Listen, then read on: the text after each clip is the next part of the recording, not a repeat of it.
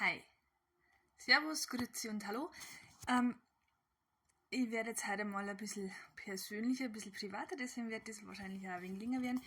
Es ist jetzt kein Cheer-Up-Post, Comedy-Post in dem Sinne, sondern geht es mir jetzt darum, es ist ja in letzter Zeit, so die letzten paar Jahre, ein bisschen en vogue geworden zu sagen, man hat ADHS. Ich kann aus Erfahrung sprechen. Also es ist, wie gesagt, ich würde das jetzt halt nicht als Schüttel vor mir hertragen und ich habe ganz, ganz lange überlegt, ob ich über das Thema überhaupt reden soll. Aber nachdem jetzt halt mein Großer heimgekommen ist und mich gefragt hat, was das ist, weil das durchaus jetzt als Schimpfwort benutzt wird, haben wir jetzt dazu entschlossen, so Aufklärungsvideo zu machen, beziehungsweise mal ein bisschen so ein Erklärvideo zu machen, wie das denn ausschaut, wenn man quasi betroffen ist. Ich sage nicht krank, weil das genauso wenig eine Erkrankung ist wie jede andere Behinderung oder wie auch immer. Das ist einfach eine andere Art zu leben.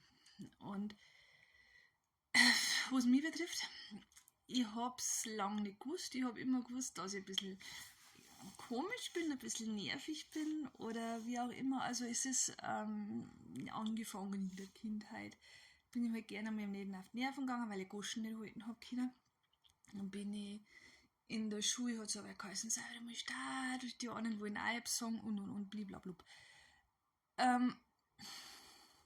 Ja, das hat sich so durchgezogen und Anfang der 80er geboren, hat es das noch nicht so wirklich gegeben, ja. Und es hat später also auch immer geheißen, Mädels haben das sowieso nicht. Das ist was, das haben kleine Baumer, aber das können auch erwachsene Frauen haben. Und es ist was anderes, als ob man einmal was vergisst. Als ob man ein bisschen schusslich ist. Das ist, stellt euch einmal so vor. Also ich versuche das jetzt, ist einfach mal ein Erklärvideo, kein Entschuldigungsvideo, ein Erklärvideo. Es geht in ein Zimmer ein. Und schaut in jedem Eck von dem Zimmer ein Radio ein. Mit einem anderen Sender. Das eine ist ein Musiksender, das andere ist meinetwegen ein Nachrichtensender, das andere ist das und das andere Kochsender und das andere ist ein Kirchensender. Ja, und jetzt steht ihr mal in der Mitte von dem Zimmer und jetzt probiert ihr mal, dass es aus allen 4 Radiosendern was speichert. Das geht nur teilweise. Und ich habe lang nicht gewusst, dass das nicht normal ist, wenn man immer Ohrwürmer hat. Also ich habe wirklich, ich war in der Früh auf und habe einen Ohrwurm. Und ich habe immer einen Ohrwurm. Das kann ich gar nicht beschreiben. Es ist, ja. Aber mein Gott, ist halt so. Das ist die eine Seite, aber andererseits, ich sage jetzt mal, schwierig. Schwierig ist, wenn man in einer Herd Leid ist und jeder sagt was und man hat selber seine Meinung dazu,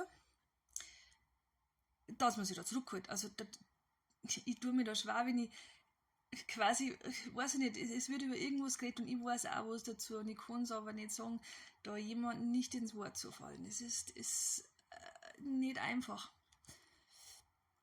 Und dann es ist auch ganz, ganz toll mit den Hobbys, weil alles einfach, ich habe immer das Gefühl oder die Angst, dass ich was versammle. Heißt, wenn ich Sprachen lerne, weil ich es einfach gerne da, dann lerne ich Griechisch und dann fällt mir aber was Spanische Wörter ein, denke ich mir, Herrschaftszeiten, Spanisch war eigentlich auch cool. Und dann fange ich Spanisch an und dann denke ich mir, Tschechisch aufbessern kannst du auch mal wieder, dann lerne ich Tschechisch und dann denke ich mir, Mensch, Schweden ist dein Traumland, lernst halt Schwedisch und dann das da hier und das da hier und dann denkst du so, was war jetzt was? Und dann, rammst auf und sagst irgendwo häkeln und liegen, Mensch, kann da mal wieder häkeln. Dann häkelst du und denkst, dass Säckelstricker kannst du auch. Aber probierst du halt einmal Säckelstricker und dann fangst du da und fangst dort und fangst halt überall an. Ja, das ist schwierig. Und der Gegenpart dazu ist, wenn du dann einmal in was drin bist, dass du nicht mehr aufhören kannst, dass du also häkelst und häkelst und du willst eigentlich am Vormittag Wäsche waschen, willst einkaufen, willst ein paar Termine ausmachen, willst lesen, keine Ahnung, dann fangst du das Häkeln an und bis du schaust, ist Mittag, Kinder kommen heim und du hast einfach echt gar nichts da. Das ist, habe ich gehört, nennt sich Hyperfokus. Das ist der Teil. Ähm, ja, was gibt es noch für Affekte? Das mit den Gefühlen ist Affekte, Aspekte, um Gottes Willen. Das mit den Gefühlen ist manchmal auch ein bisschen schwierig, weil Impulsivität in jede Richtung einfach sich saumäßig über irgendwas gefreien, übermäßig gefreien, dass man schon richtig kindisch wirkt vielleicht. Andererseits auch im Straßenverkehr zu reagieren, wenn einer vor einem bremst, nicht sagen, magst denn du da, sondern wirklich Grutze, und dass das dann wirklich von einer Sekunde auf die andere, wumm, die Gefühle da sind und das lässt sich aber auch nicht bremsen. Und auch wenn es mit jemandem streitst, du weißt, du sollst eigentlich Startzeit des lieben Friedens willen, aber es geht nicht, weil da so viel in einem drin ist, wo es raus will. Und deswegen finde ich, kann man den ganzen besonderen Zustand oder den ganzen Zustand, was vielleicht manche als nicht normal empfinden, durchaus auch als Segen anschauen, weil, wie gesagt, es ist irgendwie alles interessant, man probiert alles. Was habe ich denn schon alles gemacht? Es gibt Phasen, da koche ich jeden Tag ein anderes Gericht oder da baue ich jeden Tag einen anderen Kuchen oder mache im Garten, wo es jetzt im Moment, wie gesagt, ist das Häkeln und dann, es ist nur schwierig, sich, also da dann irgendwie im Alltag immer allem gerecht zu werden, weil wie gesagt, es sind Kinder da, es ist der Hund da, mei, wenn ich kann, dann hätte ich noch Laufanden, dann hätte ich noch Esel, dann hätte ich noch das und so einer. Also wenn man da niemanden hat, wenn man da wirklich ganz allein auf sich selber gestellt ist und dann hat man niemanden, der einen da ausbremst, dann hat man schon ein Problem oder dann hat man echt eine Riesenaufgabe. Und diese Riesenaufgabe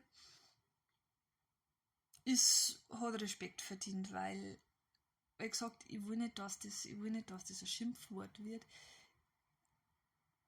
Sagen jetzt, ja, kann man durchaus als besonderes Talent sehen. Was wollte ich noch sagen? Ja, ich habe es lang verschwiegen, eben weil ich nicht en vogue sein wollte, weil nicht, weiß ich nicht, sämtliche Prominente, die halt ein wenig laut sind, ein wenig fordernd sind oder ein wenig drüber sind, nehmen wir das gern so mal als Modediagnose. Ich will es kaum unterstellen, dass das so ist, aber ich denke mir so viel, weil es das im Moment angeblich haben, kann ich mir kaum vorstellen. Wie gesagt, das Bewusstsein, dass man als Kind schon irgendwie, ja, eigentlich möchte man das am alle Ming und eigentlich merkt man aber, dass man viele Leute ziemlich am Sack geht, weil man einfach nicht starten kann, weil man sich irgendwie das Gefühl hat, überall einmischen zu müssen, weil man unbedingt was beitragen muss. Das ist nicht so einfach und das hat nichts mit Selbstdisziplin zum tun, das ist einfach so. Andersrum ist das keine Faulheit, wenn dann einmal im Haus in jedem Zimmer 5 Eckel mit irgendwelchen Sachen sind, weil man halt alles angefangen hat. Das ist keine Faulheit, das ist halt einfach also in einem, dass man alles irgendwie machen möchte. Und alle, die immer mal gesagt haben, oh, die ist nicht ganz sauber oder sonst irgendwas, ich bin schon sauber. Das darf das Kind sich verlassen. Und nur was blöd ist mir deswegen auch nicht. Also ich finde, ich habe mich vor einer Zeit dazu entschlossen, dass ich es öffentlich mache und seitdem geht es mir so viel besser. Und ich denke mir, mein Gott, ist der Ruf erst ruiniert, lebt sich gänzlich ungeniert. Von daher traut euch, lebt das, was seid, und es gibt keinen Grund, sollte irgendwas mit euch anders sein, als bei den anderen da irgendwie hinterm Berg zu halten. Jetzt mal aufhören, weil meine 10 Minuten gleich vorbei sind. Ich habe, ja, für heute ist einmal nichts mehr zum Sagen. Bis zum nächsten Mal. Jetzt kennt ihr euch aus. Servus.